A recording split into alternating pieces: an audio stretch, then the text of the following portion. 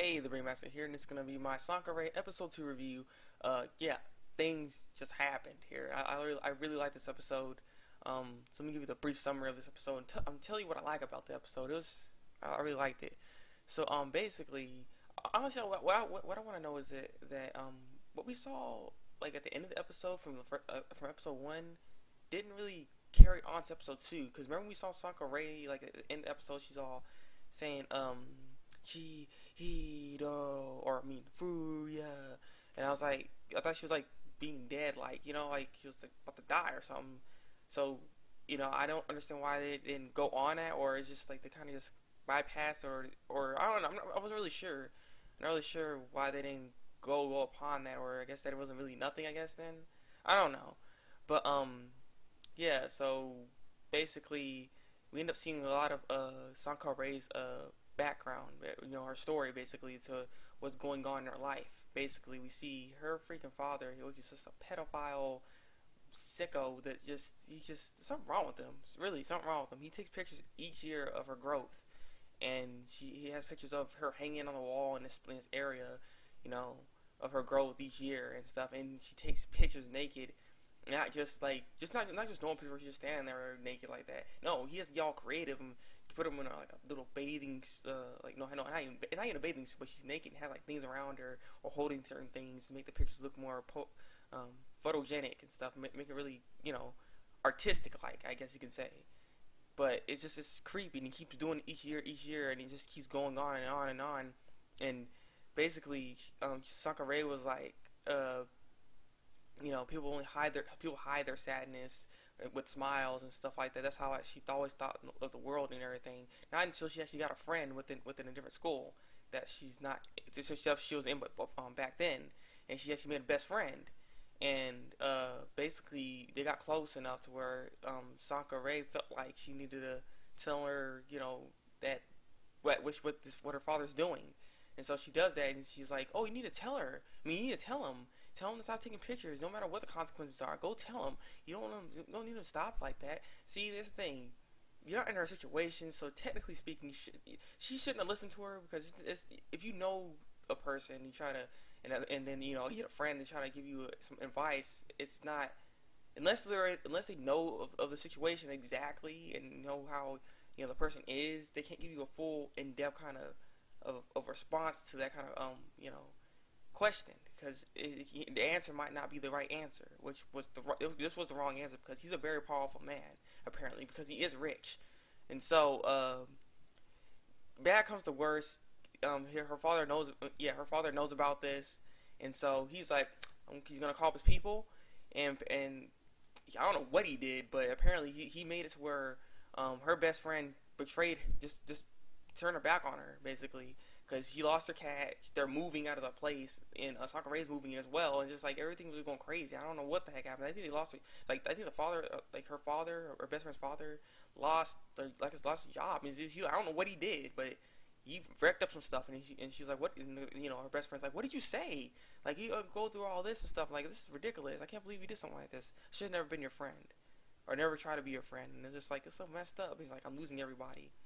And so we thought it was gonna end right there. So, but you see how sick he is. He's already taking pictures, and he just wants her to be by her side always, no matter what. No, have no other interactions with anybody. Lock her out of the inside world, basically. Go to school, come home. That's it. So, yeah, that's her past, and she just can't fight back. She's like, I can't do anything. If all I cause misery from other people, there's no point in fighting this. And so that's why she's just still doing it until this day, and she just doesn't know what to do. And so she's been secretly going out, out at late at night, meeting up with Furia, trying to resurrect the cat and everything. And so they end up actually getting this other herb that's supposed to be poisonous, but it didn't seem poisonous, because Furia's grandmother eats like the leaves off of it, and it doesn't really affect her. But Sakura's like, it is poisonous. He said, I'm not supposed to mess with it or anything like that, so she always assumed. And so they mash it up together and all that stuff, and then it ends up going into the cat's mouth. Nothing happened, so we're like, dang, it didn't work. And so she sprained her ankle because she was trying to get the plant, but she had to go home and stuff. And so Furia trying to be a man, lift the girl up and stuff, all romantic, like put her on a chair. I mean, not on the chair, but on her bike. I mean, on his bike, and they ended up going to her house, and she had to, sneak in, of course, because she can't just walk in there and everything. So Furia couldn't go with her, and so she was going, he was leaving, he got home and everything. He ends up running into Ronco, or is her name Wonko? The blonde hair girl that is Furia's cousin. What is her name exactly? Because the translation I keep getting is the first episode when I watched it, her name was Ronco.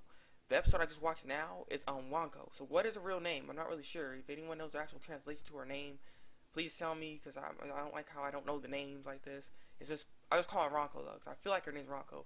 So yeah, she ends up just going, and she's like gets out of the bath. All of a sudden, she's like, "Hey, welcome home," and everything. She's all ecchied up and stuff.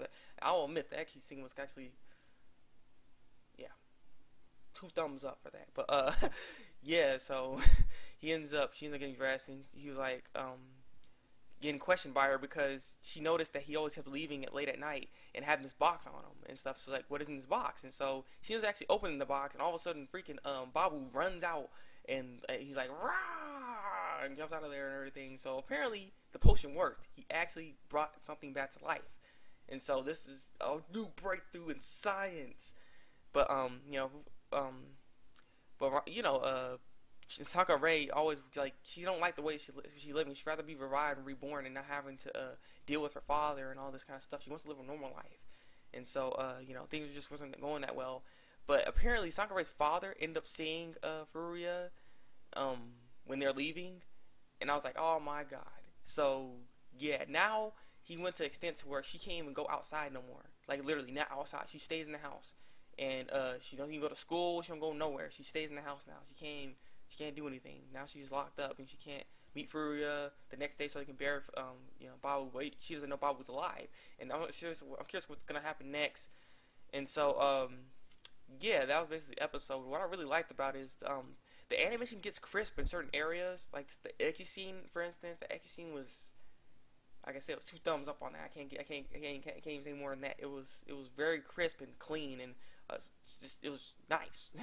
Another scene that was like the animation got really good was when Sankarea, Sankarea also jumped the poison that she did, that Furia made, and she passed out, I guess. And I doubt it killed her, because the next episode credits didn't show that she was dead. So yeah, but she drank the potion, she was out. And yeah, but like when she did the whole transaction to put the poison in this little container she like had the eyes, they showed her eyes and stuff. The animation was really good on that part too. The animation gets solid in certain areas, like really, really good. It's like tenfold. Like, the animation's solid already, but it gets even better. So I mean, I do like that little part for this anime. It's really good anime though. You guys should be watching this. It's one of the season animes you guys shouldn't be slipping on. I really liked the episode though. This whole thing with her father and stuff is just freaking something wrong with him. He just it's a creeper. Yeah, it's just like, take off the clothes, undress. I'm going to do something later with this. Yeah, I'm just kidding. But yeah, leave a comment below and tell me what you think of the episode. Like this review, and subscribe to my channel for some more Sankarea reviews, because I'm going to be reviewing this weekly. So yeah, it's been the Thabreakmasta. Until then, break out.